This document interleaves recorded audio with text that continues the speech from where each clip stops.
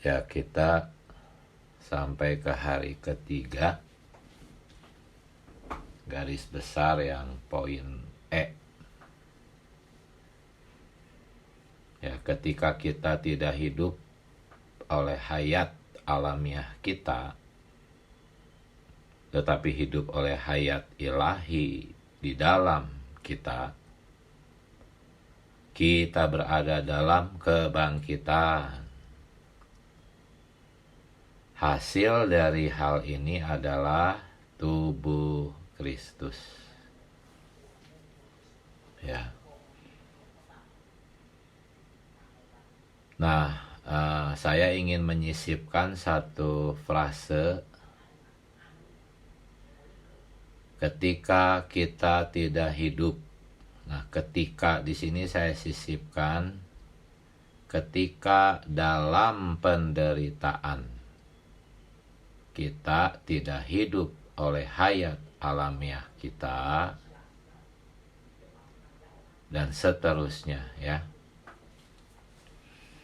Karena konteks hari ini adalah tentang penderitaan. Ya, ketika dalam penderitaan kita tidak hidup oleh hayat alamiah kita, tetapi hidup oleh hayat ilahi di dalam kita, kita berada dalam kebangkitan. Dan hasilnya adalah tubuh Kristus.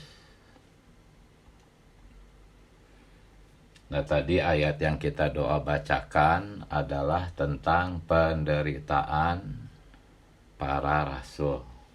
Ya. 2 Korintus 1 ayat 8 sampai 9. Cuma sebelum kita lanjut, saya ingin membawa kita kepada ayat-ayat sebelumnya, supaya kita bisa paham bahwa penderitaan itu akan menghasilkan tubuh Kristus. Jadi penderitaan itu bukan untuk penderitaan. Penderitaan itu ada tujuannya. Penderitaan itu adalah untuk menghasilkan tubuh Kristus. Penderitaan para rasul yang tadi kita doa bacakan itu menghasilkan suatu hasil yang tercatat di dalam ayat 3 sampai ke 7 ayat-ayat sebelumnya. Ya, di ayat yang ketiga, ya, rasul memuji Allah Bapa sebagai sumber penghiburan. Para rasul menderita dan dihibur oleh Bapa. Dan oleh penghiburan itu, para rasul dapat apa? Di ayat yang keempat. Oleh penghiburan yang diterima oleh para rasul ketika mereka menderita, para rasul bisa menghibur jemaat. Jemaat di sini adalah tubuh Kristus. Penderitaan para rasul menghasilkan kebaikan untuk jemaat. Ya.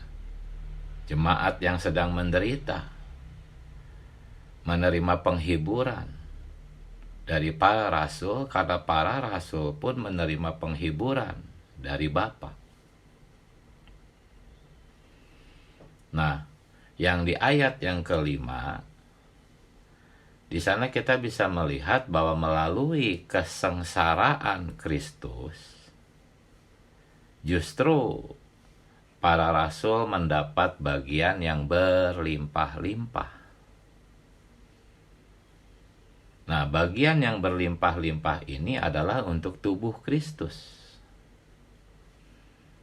Ya, untuk apa? Di ayat ke-6 itu untuk penghiburan bagi gereja, supaya gereja bisa tahan menderita dan gereja mendapatkan keselamatan.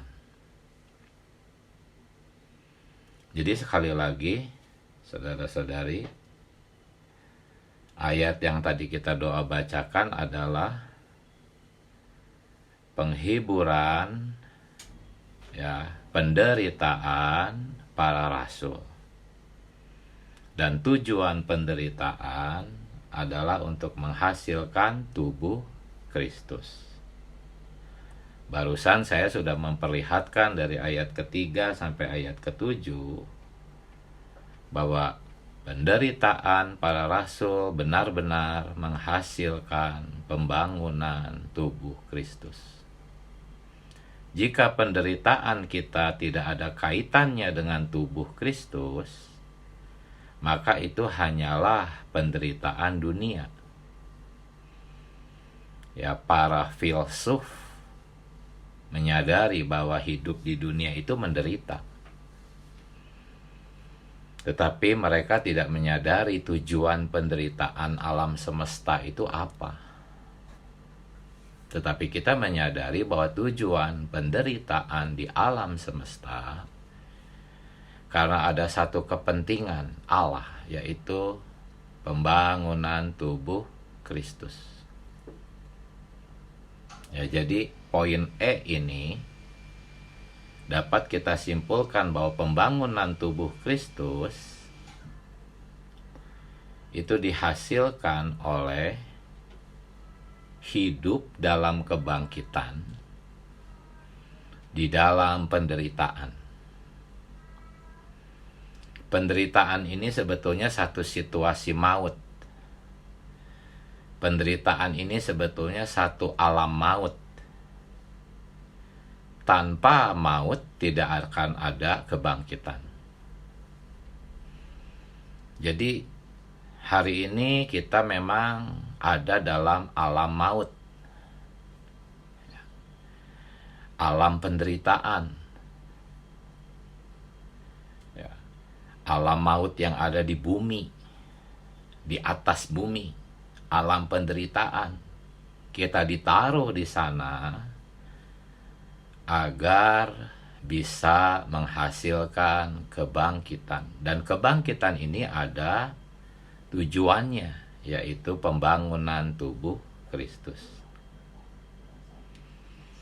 Nah, itulah sebabnya di poin F kita masuk ke dalam satu ungkapan bahwa untuk hidup di dalam kebangkitan kita harus mengenal dan mengalami serta mendapatkan Allah kebangkitan. Ya, dari hidup di dalam kebangkitan, kita sekarang punya satu ungkapan Allah kebangkitan.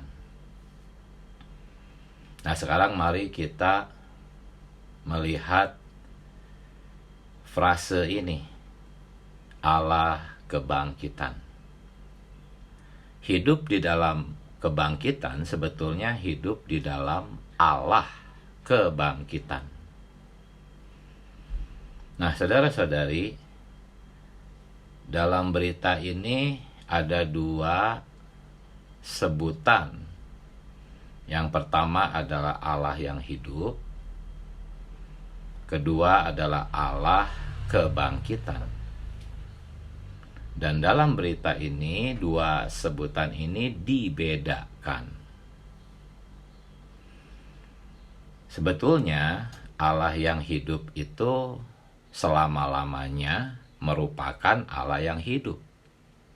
Dari kekekalan yang lampau sampai kekekalan yang akan datang, Allah adalah Allah yang hidup. Ya, tetapi di dalam berita ini, sebutan Allah yang hidup itu dibedakan dengan sebutan Allah kebangkitan. Ya, karena ada konteks tertentu. Ya, Allah yang hidup, ya, sebutan Allah yang hidup itu mengacu kepada Allah yang belum melalui proses. yaitu proses inkarnasi, kematian, dan kebangkitan. Sedangkan Allah kebangkitan mengacu kepada Allah yang telah melalui proses inkarnasi, kematian, dan kebangkitan. Jadi itu maksud dari sebutan Allah yang hidup dan Allah kebangkitan. Ada perbedaan ya, perbuatan-perbuatan Allah yang hidup dan perbuatan-perbuatan Allah kebangkitan. Saudara-saudari, perbuatan Allah terhadap orang-orang di zaman Perjanjian Lama itu adalah perbuatan Allah yang hidup. Sedangkan perbuatan Allah terhadap Paulus di dalam 2 Korintus yang tadi kita doa bacakan adalah perbuatan Allah kebangkitan. Perbedaannya apa? Perbuatan Allah yang hidup di dalam Perjanjian Lama itu adalah perbuatan yang Allah perlihatkan supaya kuasanya dikenal. Ya. Perbuatan-perbuatan Allah ini adalah tindakan-tindakan luaran Allah supaya kuasanya dikenal. Ya, sedangkan perbuatan Allah kebangkitan itu bukan untuk mendemonstrasikan kuasa, tetapi untuk menyalurkan dirinya sendiri, untuk membaurkan sifatnya ke dalam manusia.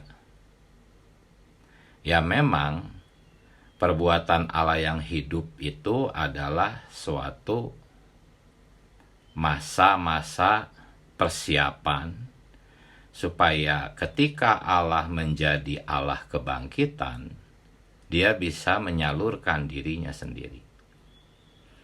Tetapi perbuatan Allah yang hidup itu hanya perbuatan luaran untuk dipertontonkan, didemonstrasikan supaya orang-orang tuh mengenal kuasa Allah. Bahkan di dalam keempat kitab Injil, sebelum Tuhan Yesus mati dan bangkit, perbuatan-perbuatan Tuhan Yesus pun masih ada di dalam kategori perbuatan Allah yang hidup. Hanya untuk kuasanya bisa dikenal dalam tindakan-tindakan luaran Allah. Tetapi di dalam Perjanjian Baru setelah kebangkitan Tuhan Yesus, tindakan-tindakan Allah tidak lagi merupakan tindakan luaran, melainkan tindakan batinia, bukan sebagai Allah yang hidup, tetapi sebagai Allah kebangkitan. Jadi semoga saudara-saudari jelas 2 ungkapan ini. Allah yang hidup dan Allah kebangkitan. Memang kalau mau diartikan secara umum, Allah yang hidup juga merupakan Allah Perjanjian Baru. Allah Perjanjian Baru adalah Allah yang hidup sampai kekal. Tetapi menurut konteks berita hari ini, kita perlu membedakan Allah yang hidup dan Allah kebangkitan. Allah yang hidup itu bertindak secara luaran. Tindakannya itu tindakan luaran. Sedangkan Allah kebangkitan itu bukan lagi Allah bertindak secara luaran, melainkan tindakan-tindakannya itu sudah batiniah. Ya, karena itu kita harus memiliki tembus pandang, bisa melihat tindakan batiniah Allah. Jangan hanya mencari tindakan-tindakan luaran Allah. Dunia kekristenan hanya mencari tindakan luaran Allah. Tetapi di dalam pemulihan Tuhan kita mengenal Allah bertindak secara batini untuk menyalurkan dirinya sendiri. Allah tidak sekedar ingin mendemonstrasikan kuasanya saja, tetapi dia justru seringkali menyembunyikan kekuatannya yang terlihat. Dia bergerak secara batini. Memang terhadap orang-orang yang belum percaya Tuhan Yesus, Allah masih memamerkan tindakan luarannya. Tetapi setelah seseorang masuk ke dalam penghidupan gereja, dengan segera Allah menjadi Allah kebangkitan. Tindakannya bukan lagi tindakan luaran, melainkan tindakan batini yang seolah-olah seperti sepi, senyap, tidak ada yang spektakuler, tidak ada yang menakjubkan. Kita merasa seolah-olah Allah itu sulit kita jumpai. Tetapi sebetulnya Allah kebangkitan dalam perjanjian baru adalah Allah yang sedang bertindak dalam batinnya kita. Menggarapkan dirinya sendiri ya dalam situasi maut. Ya, penderitaan itu sebetulnya alam maut, situasi maut. Ya, dan Allah kebangkitan bekerja dalam situasi maut semacam itu. Saudara-saudari, ya jikalau Allah hanya memperlihatkan kuasanya saja seperti dalam perjanjian lama, maka tidak akan ada perbauran sifat Allah ke dalam manusia. Ya, kita bersyukur Allah yang hidup ini melewati proses menjadi Allah kebangkitan, yaitu Roh pemberi hayat. Roh pemberi hayat itulah Allah kebangkitan. Ya, sebagai Allah kebangkitan, dia bisa menggarapkan sifatnya ke dalam manusia, ke dalam orang-orang pilihan. Tapi sayang sekali, masih banyak sekali di antara kita sama seperti orang-orang di dunia kekristenan yang hanya sekedar mencari perbuatan Allah, mencari tindakan-tindakan luaran Allah. Saudara-saudari, walaupun Allah bertindak dalam banyak hal di kehidupan kita, walaupun dia melakukan tindakan-tindakan luaran dalam kehidupan kita, ya, hasilnya adalah Allah tetap Allah dan kita tetap kita. Tidak ada perbauran Allah dengan kita.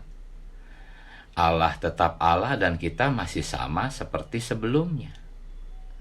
Walaupun Allah banyak melakukan mujizat, Allah banyak menolong kita, memberi jalan keluar dalam tindakan-tindakan luarannya. Ya, kita begitu merasakan takjub perbuatan-perbuatan Allah begitu ajaib. Tetapi kalau Allah hanya bertindak secara luaran semacam itu, maka kita tidak akan ada perubahan. Allah tetap Allah, kita tetap sama di dalam alamiah kita. Tidak ada perbauran sifat Allah ke dalam sifat kita. Jadi semoga kita tidak menjadi orang-orang yang sekedar mencari perbuatan Allah atau tindakan luaran Allah. Janganlah mencari perbuatan Allah, carilah diri Allah sendiri. Karena hari ini Allah sudah memasuki tahap itu, tahap Allah kebangkitan yang bertindak secara batini. Allah di zaman perjanjian baru bagi orang-orang pilihannya adalah Allah yang bukan Allah dalam tindakan-tindakan luaran. Walaupun dia masih terus melakukan itu hanyalah untuk menyelamatkan orang-orang yang belum percaya. Tetapi setelah seseorang percaya masuk ke dalam hidup gereja, Allah segera akan bertindak dalam batin orang-orang itu. Tidak lagi bertindak secara luaran. Karena itu saudara-saudari, kita perlu mencari diri Allah sendiri. Ketika dalam situasi maut, situasi penderitaan, janganlah mencari perbuatan Allah. Janganlah menyuruh Allah bertindak secara luaran. Ya, kita tahu bahwa Allah kebangkitan memiliki tujuan, yaitu menyalurkan dirinya sendiri. Bukan sekedar memamerkan kuasa, mendemonstrasikan mujizat, bukan. Ya, hari ini banyak hamba-hamba Tuhan berusaha mendemonstrasikan kuasa Allah, mendemonstrasikan mujizat Allah. Tetapi mereka tidak mengenal bahwa Allah hari ini sudah melangkah jauh. Dia bukan lagi bertindak sebagai Allah yang hidup dalam tindakan-tindakan luaran. Dia hari ini adalah Allah kebangkitan yang secara senyap, tanpa hal-hal yang spektakuler, menyalurkan dirinya ke dalam batin kaum beriman, khususnya para pemenang hari ini. Hari ini sebagai Allah kebangkitan, dia hanya berfokus kepada saudara-saudari yang memang adalah pemenang. Sementara ada banyak anak-anak Allah mengejar dunia, mencintai dunia, seolah-olah Allah membiarkan dahulu mereka. Karena hari ini memang Allah hanya sedang mencari sebagian kecil saja orang untuk dia jadikan para pemenang, mengakhiri zaman ini, dan mendatangkan zaman yang akan datang. Kita harus menjadi bagian dari orang-orang ini, yang bukan hanya sekedar mencari tindakan-tindakan luaran Allah, tetapi kita mencari Allah yang batini, menyalurkan dirinya ke dalam kita. Ya, di FKKP pembacaan kita hari ini ada 2 orang, ya. Yang satu sakit parah, lalu dia disembuhkan, dia mengalami mujizat. Ya, mungkin itulah saat-saat dia diselamatkan. Ya, dia bersaksi kemana-mana, dia mengakui keajaiban Allah, dia memuji Allah. Tetapi dia selalu jatuh dan jatuh ke dalam dunia. Kenapa? Karena dia hanya mendapatkan perbuatan Allah. Dia hanya mendapatkan tindakan luaran Allah. Dia tidak mendapatkan pertambahan hayat. Ya. Hasilnya, walaupun Allah berbuat mujizat kepadanya, dia tetap jatuh dan jatuh lagi ke dalam dunia. Sementara satu saudara lain yang juga sakit, ya, awalnya mungkin dia meminta kesembuhan. Dia menjerit dalam kesakitannya. Tetapi hari demi hari berlalu tanpa ada kondisi perbaikan. Ya, malah mungkin dia semakin mendekati kepada kematian. Dia seperti berada di dalam suatu situasi maut. Itulah alam maut. Sampai-sampai dia benar-benar putus asa. Ya, di dalam keputusasaannya justru Allah bekerja. Ya, ajaib. Di batinnya secara berangsur-angsur, ya, dia mulai bisa merasakan Allah. Dia mulai bisa menjamah Allah. Bahkan dia mulai bersuka cita. Dia masih tetap merasakan rasa sakit, tetapi dia bisa bersuka cita. Dalam doa-doanya dia menjamah Allah, merasakan Allah. Dan akhirnya dia tidak lagi memaksa Allah untuk menyembuhkan dia. Apakah ini? Inilah pengalaman Allah kebangkitan. Sebelumnya dia mengalami Allah yang hidup. Hari ini dia mengalami Allah kebangkitan. Ya. Dia mulai memiliki pengalaman hayat. Pengalaman hayat ini datang setelah dia putus asa. Dalam keputusasaannya, Allah kebangkitan bekerja.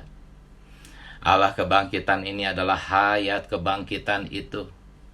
Dia mulai bisa merasakan bahwa inilah kuncinya. Dia mulai bisa memahami bahwa dengan cara melatih roh, dia akan dapat melewati banyak kesulitan.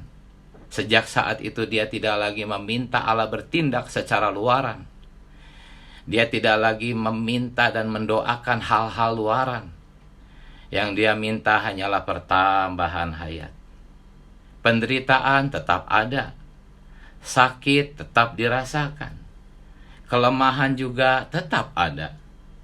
Tetapi kesadarannya semakin mendalam bahwa Allah hari ini sedang bekerja di dalam batinnya, menambahkan unsur Allah, membaurkan sifat Allah ke dalam sifatnya. Dan dia mulai mengerti ekonomi Allah. Dia mulai jelas sasaran Allah. Dan akhirnya dia melupakan semua hal luaran. Dia sama sekali lagi tidak meminta tindakan-tindakan luaran Allah. Ya, dan dia mulai berbagi nikmat. Dalam pembagian nikmatnya tidak ada yang spektakuler. Dalam pembagian nikmatnya tidak ada pujian terhadap tindakan luaran Allah. Ya, bahkan menurut dia tindakan luaran Allah itu tidak terlalu penting. Yang penting adalah pertambahan hayat. Ya, saudara ini mengalami dua hal. Ya, dia mengalami pengaliran hayat batin dan secara bertahap kesehatannya pun mulai membaik. Tanpa mujizat, seolah-olah kayak proses alami. Ya, mungkin juga melalui obat. Kesehatannya mulai membaik. Ya, berbeda dengan orang yang tadi.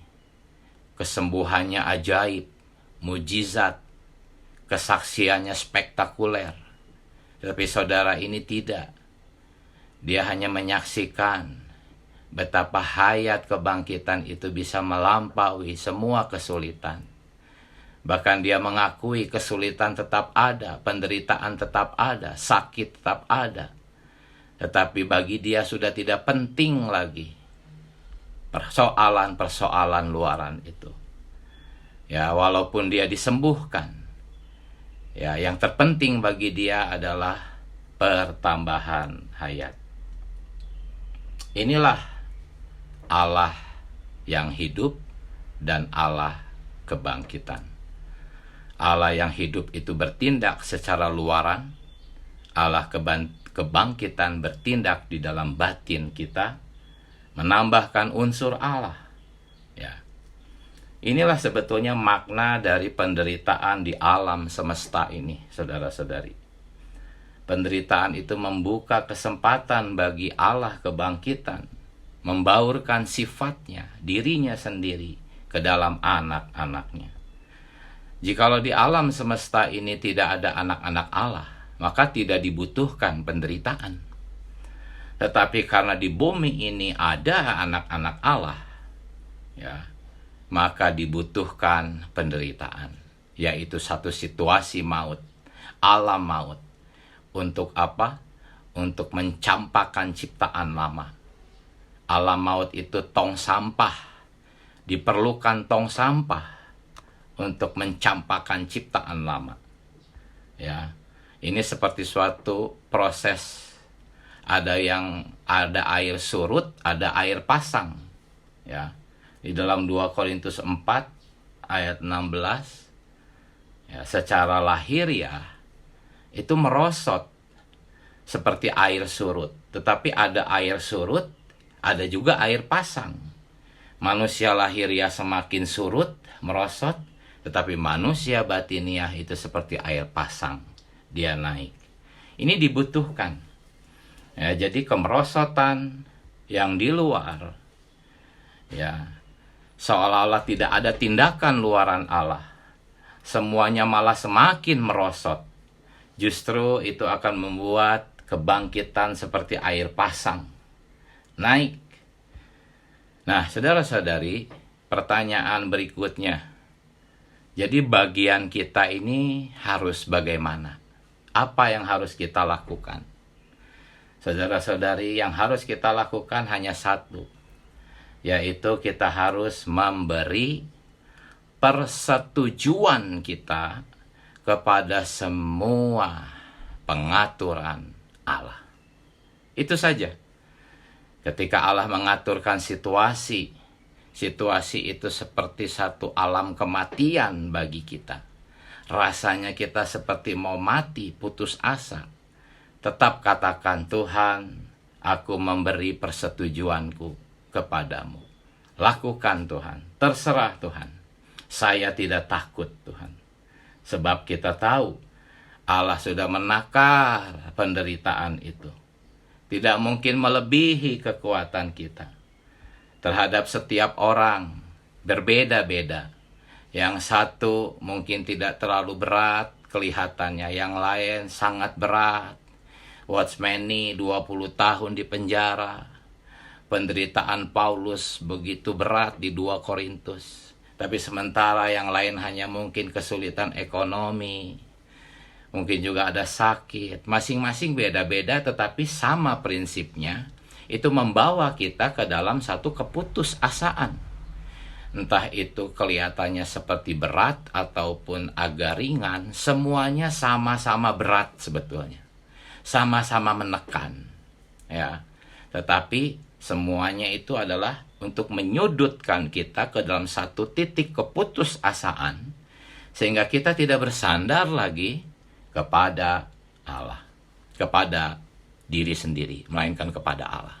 Karena itu ketika kita mendoakan orang-orang sakit, ya jangan buru-buru mendoakan kesembuhannya. Doakanlah agar di dalam sakit mereka mengalami hayat kebangkitan. Ya. Oh, saudara-saudari, Allah turut bekerja dalam apa? Dalam segala sesuatu. Ya. Segala sesuatu di sini mungkin banyak yang tidak kita sukai, tetapi itulah pekerjaan Allah dalam segala sesuatu untuk mendatangkan kebaikan. Roma 8 ayat 28. Apakah kebaikan itu? Kebaikan itu ada di ayat sebelumnya, yaitu menjadikan kita serupa dengan gambaran anaknya. Amin. Jadi kesimpulannya, saudara-saudari, ketika kita dalam penderitaan, ingat, ya kita hiduplah di dalam hayat kebangkitan. Kita menyangkal hayat alamiah, dan hasilnya adalah gereja. Realitas tubuh Kristus, pembangunan tubuh Kristus. Inilah hasilnya. Penderitaan bukanlah untuk penderitaan. Penderitaan adalah untuk menghasilkan tubuh Kristus. Haleluya, saudara-saudari. Semoga Tuhan merahmati kita. Kita bisa mengalami Allah kebangkitan. Haleluya.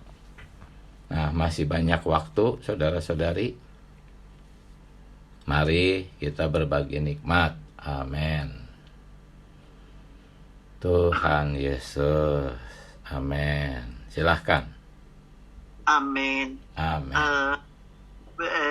Saya bersyukur ya pagi ini, sungguh seluruh pembicaraan ini tentang penderitaan, tapi merupakan terang ya bagi saya. Tuhan menerangi maksud daripada semuanya itu. Kita harus mencari ya, carilah Allah sendiri yang bekerja secara batiniah di dalam kita. Ya, karena kalau tidak ada penderitaan, hidup kita tetap mengikuti ya kemauan diri sendiri, hayat alamiah kita. Tetapi justru Tuhan memberikan ini supaya Tuhan dapat ya mengalirkan hayat kebangkitannya ke dalam kita dengan satu tujuan, pembangunan tubuh Kristus. Kalau kita di dalam satu tubuh masih mempunyai cara-cara yang tidak sesuai, tidak menurut kepala, bagaimana tubuh itu bisa bersatu. Jadi itulah tujuannya, supaya kita ditundukkan ya, mempunyai satu, membiarkan hayat kebangkitan Allah itu mengalir ke dalam kita, sehingga apa-apa karakter, sifat-sifat essence yang Allah itu boleh ada di dalam kita, setuju, sehati, sepikir dengan kepala. Karena tubuh harus harus tunduk kepada kepala. Ya, saya sungguh sangat diterangi ya dengan dengan FKKP hari ini, dan juga penjelasannya yang sangat terang, yang sangat jelas, supaya jangan ada mengeluh atau apapun, tapi bersyukur jika Tuhan masih bekerja di dalam diri kita untuk membangun, untuk melenyapkan hayat alamiah kita dan menggantikan dengan hayat kebangkitannya Dia, dengan satu tujuan, supaya kita ada di dalam tubuh Kristus, terbangun dengan kepala dan juga dengan tubuh yang lain. Rasanya itu yang saya dapat. Terima kasih Pak Deki untuk terang yang ditambahkan. Amin. Haleluya. Amin. Puji Tuhan, saudari. Amin. Mari disambung oleh saudara-saudari lain. Silahkan. Amin. Amin. Puji Tuhan. Amin. Puji Tuhan ya. Pagi ini saya kembali diterangi ya. Tadi dari yang saudara sampaikan mengenai Allah yang hidup dan Allah kebangkitan ya. Dari Allah yang hidup ini tadi diuraikan ya secara luaran, tapi Allah kebangkitan ini yang di dalam ya. Juga tadi contohnya ada dua saudara yang dia sama-sama mengalami sakit ya, yang satu disembuhkan secara spektakuler ya, tetapi yang satunya mungkin sampai dia hampir mati ya. Tetapi dalam keadaan demikian dia mengalami Kristus ya, yang ada di dalam ini, dan mengalami Kristus yang secara batini. Nah inilah tadi dikatakan penderitaan ini untuk menghasilkan tubuh Kristus ya, pembangunan tubuh Kristus. Dan tadi saya terjemah bahwa maut ya ini adalah sebagai tong sampah ya. Kita ketika mengalami yang demikian ini ya perlu terus datang kepada Kristus sang kebangkitan itu ya. Jadi sakit yang masih ada, situasinya, kesulitannya masih ada, tetapi yang di dalam ini mengalami kebangkitan yang sejati, yaitu Kristus itu sendiri yang di dalam. Amin. Itu yang saya nikmati pagi ini. Amin. Puji Tuhan. Amin. Haleluya. Amin. Mari saudara-saudari lain, silahkan. Amin. Tuhan Yesus.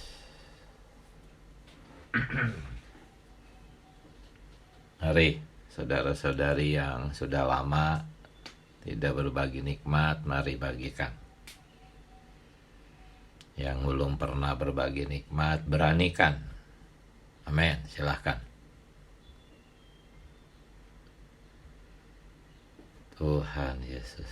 Amin. Mari silahkan saudara-saudari.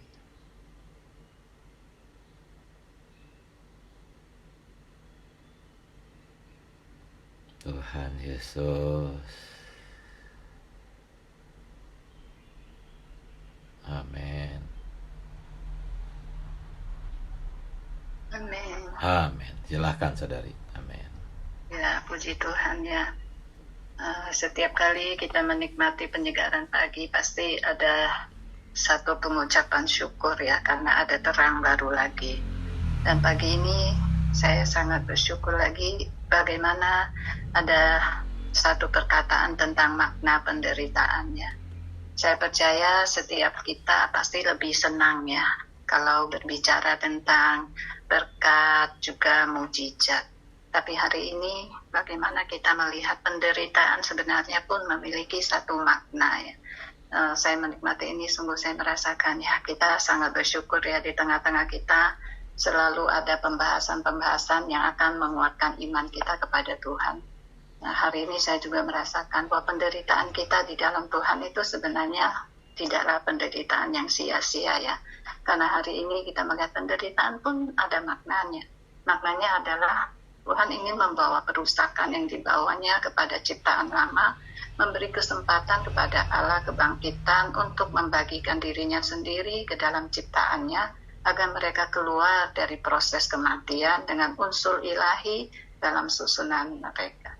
Jadi saya merasakan memang ya, sebelumnya saya juga kalau mengajar keluarga, kita beribadah di tengah-tengah pemulihan itu selalu berkata, gereja pemulihan tuh nggak ada berkatnya ya. Karena kita memang nggak ada secara khusus seperti tempat lain, ada doa berkat atau apa ya. Tapi hari ini kita melihat sesungguhnya berkat terbesar itu adalah Allah ingin menyalurkan dirinya ke dalam diri kita. Namun hari ini kita juga merasakan ya, satu hal lagi yang kita dapatkan adalah dikatakan kita harus memberi persetujuan kepada Allah ketika Dia berusaha memimpin kita melalui proses kehancuran. Ya memang ini kadang-kadang saya juga merasakan, sering saya juga tidak memberi persetujuan kepada Allah ya.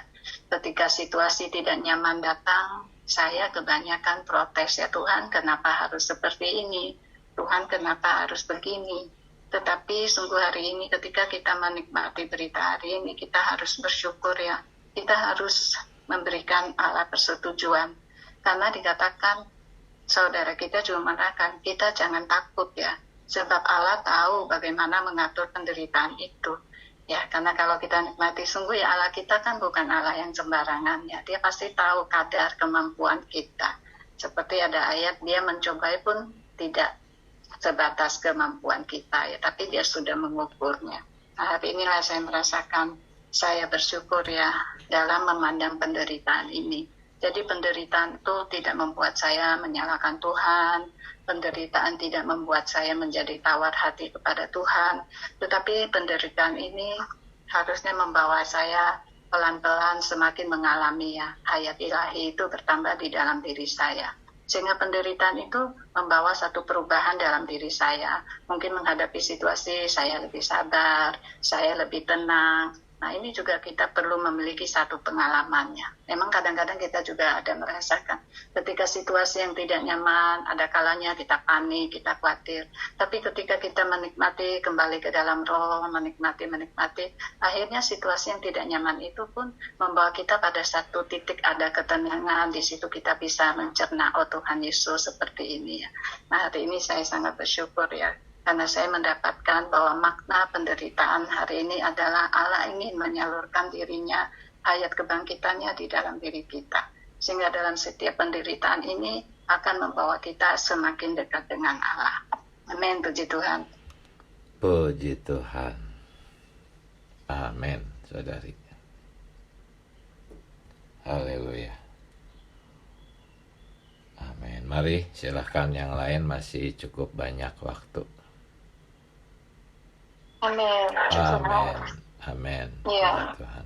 Ya, puji Tuhan ya, pagi hari ini kita nampak jelas ya pemahaman mengenai Allah yang hidup dan Allah kebangkitan. Jadi kita perlu maju lagi ya untuk menuntut Allah kebangkitan ini sebagai pengalaman kita hari ini. Karena di dalam hal inilah Allah bisa menggenapkan rencananya. Oh Tuhan Yesus ya, Allah kebangkitan ini menuntut kita ya saudari untuk terbuka terhadap Dia, menerima setiap pengaturan yang Tuhan sediakan bagi kita dalam batas kedaulatannya saudari ya, agar kita ini semakin diserupakan dengan Dia. Allah kebangkitan ini membawa unsur dirinya sendiri ke dalam kita ya, masuk dibaurkan dengan diri Allah. Sehingga kita semakin hari semakin dikuduskan, diserupakan dengan Allah menjadi ekspresinya. Di Tuhan kita tidak perlu takut akan penderitaan yang Tuhan atur, karena ketika kita terus berpegang kepada firman, iman, Saudari ya, kita semakin dikuatkan dan Dia akan terus memberikan kepada kita kedambaan untuk semakin hari semakin diserupakan dengan Dia. Puji Tuhan, kan hari ini kita benar-benar memahami keperluan kita akan hayat kebangkitan yang perlu kita alami. Amin. Puji Tuhan. Amin. Puji Tuhan. Saya Amin. juga bagi Ya, dia saudara. saudari. Amin, saudari. Tuhan Yesus. Saya juga sungguh terjamah ya. Allah meminta persetujuan dari kita untuk mengalami segala penderitaan. Ya, Allah kita itu Allah Allah hayat yang ada hayat kebangkitan. Ya, jadi inilah jalan Tuhan biar kita bersandar kepada Dia. Kita mengandalkan hayat kebangkitan ini bahwa Allah mampu mengatur segala situasi bagi kita. Bila situasi yang tidak enak juga, situasi penderitaan itu, Allah izinkan, Dia yang berdaulat atas segala yang kita derita. Tetapi Dia tidak lepas tangan asal kita mau bersandar kepada Dia, mau kita mengandalkan Tuhan. Karena Dia juga memproses ini, menguji apakah kita bersandar kepada Dia, apa bersandar kepada yang lain. Biarlah berita ini makin menguatkan kita. Saya juga kalau ingat ini semua, boleh kita makin tenang di dalam mengalami penderitaan, boleh kita makin bersandar kepada Tuhan, mengambil Dia menjadi segala sesuatu kita. Harus kita sadari bahwa Dialah Allah yang berdaulat di atas kehidupan kita. Puji Tuhan, haleluya. Mulia bagi Tuhan, saudara-saudari. Amin. Puji Tuhan, saudari. Amin. Haleluya. Masih ada waktu, silahkan, saudara-saudari. Amin. Tuhan Yesus. Amin. Mari manfaatkan. Amin. Iya, puji Tuhan, saudara-saudari. Amin, saudari. Ya, akhir-akhir inilah. Ya, perasaan kami semakin menurun kesehatan kami ya. Sebagaimana manusia biasa sih pada umumnya sih. Ya memang manusia itu jahat, ketulicik ya ketika sakit. Minta-minta sama Tuhan gitu ya. Tapi biasanya setelah disembuhkan lupa lagi sama Tuhan gitu. Ya puji Tuhan diingatkan kembali bahwa kita menderita, ya Tuhan tahu mengukur kita, Tuhan tahu ya hati kita di mana gitu. Tuhan Yesus ya yang kami rasakan saat ini ya memang ya semakin menurun ya. Puji Tuhan kami diingatkan hari ini bahwa kita tidak boleh ya, boleh meminta Tuhan untuk sehat gitu. Tapi ya kebanyakan ya orang Kristen saat ini hanya ingin disehatkan saja, setelah sehat lupa gitu. Ya hari ini biarlah kita belajar gitu ya. Hayat Tuhan itu yang ditumbuhkan di dalam diri kita. Puji Tuhan berita hari ini, saudara-saudari. Amin. Haleluya, saudari. Amin. Puji Tuhan, masih ada waktu, silahkan. Amin. Ayo tambahkan, saudara-saudari. Amin, saudari. Amin. Amin, puji Tuhan. Pagi ini ada dua sebutan yang saya dapat mengenai sebutan Allah yang hidup, yaitu Allah yang belum melalui proses inkarnasi, kematian dan kebangkitan, dan Allah kebangkitan, yaitu Allah yang telah melalui proses. Dikatakan tadi perbuatan Allah terhadap orang-orang di perjanjian lama itu adalah perbuatan Allah yang hidup. Dan perbuatan Allah kebangkitan itu adalah membaurkan sifatnya pada manusia. Allah yang hidup itu dia bertindak secara luaran untuk mendemonstrasikan kuasanya. Itu berlaku bagi orang-orang yang belum percaya. Tapi bagi kita yang sudah percaya, kita perlu mengalami Allah kebangkitan, yaitu tindakan batinia Allah yang menyalurkan dirinya ke dalam kita. Setelah kita masuk dalam penghidupan gereja, Allah kebangkitan itu menggarapkan dirinya sendiri dalam situasi maut sekalipun. Tapi ini adalah roh pemberi hayat. Kemudian tadi diingatkan, kita jangan mencari perbuatan Allah, tetapi carilah diri Allah sendiri. Allah melakukan tindakan yang senyap itu supaya kita mengalami perubahan di dalam kehidupan kita, supaya karena ada perbauran yang Allah garapkan di dalam kehidupan kita. Seperti tadi dikatakan, saya perlu memberi persetujuan Tuhan terhadap semua pengaturan Allah yang saya alami di dalam kehidupan saya. Karena Allah sudah menakar penderitaan saya. Memang berbeda tiap-tiap orang. Tapi melalui penderitaan itu membawa saya pada keputusasaan, tapi membuat saya jadi bersandar pada Tuhan, bukan pada diri sendiri. Karena Allah bekerja dalam segala sesuatu untuk mendatangkan kebaikan di dalam kehidupan saya. Amin. Puji Tuhan. Amin. Kalau masih ada satu orang lagi silahkan. Amin. Amin. Ya, dalam garis besar hari ketiga, ketika tadi Saudara Diki juga sisipkan ya, ketika kita tidak hidup, yaitu ketika kita menderita, kita tidak hidup oleh hayat alamiah kita, tetapi hidup oleh hayat ilahi di dalam kita. Kita berada di dalam kebangkitan ya, dan hasilnya dari hal ini adalah tubuh Kristus ya. Satu hal yang kita pertanyakan adalah perkara ketika kita menderita, apakah kita hanya memiliki perasaan penderitaan itu saja ya, tapi Allah juga adalah Allah yang damai sejahtera. Jadi selain ketika kita merasakan penderitaan, itu yang merasakan penderitaan kita adalah hanya jiwa kita, daging kita ya. Tetapi di dalam roh kita, ketika kita benar-benar bisa berada di dalam kebangkitan, maka kita bisa berada di dalam roh dan merasakan ada damai sejahtera, bahkan sukacita di dalam situasi apa yang kita rasakan sebagai penderitaan di dalam jiwa alamiah kita ya.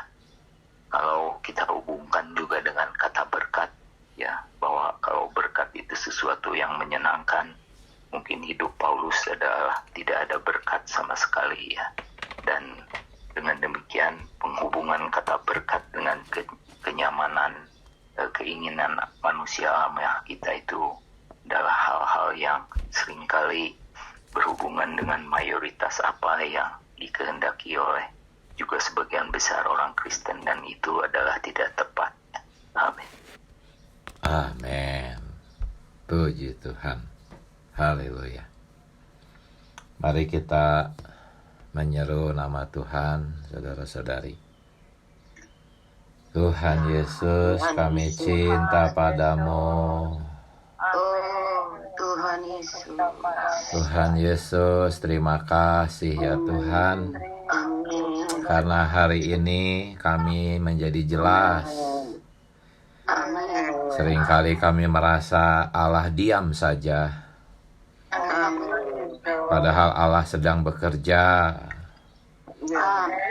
Allah yang sedang bekerja adalah Allah kebangkitan. Engkau tidak pernah berhenti bekerja.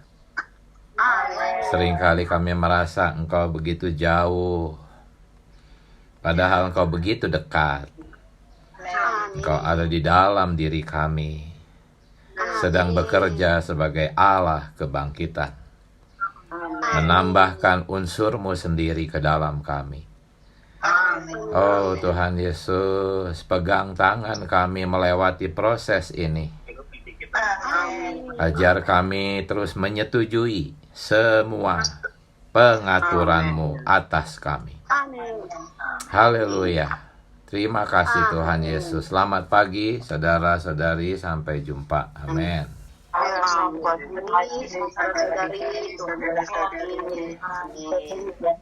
Amin.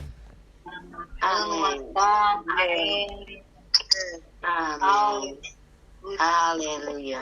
Amin. Amin. Bidadari dan kesaksi. Amin. Amin.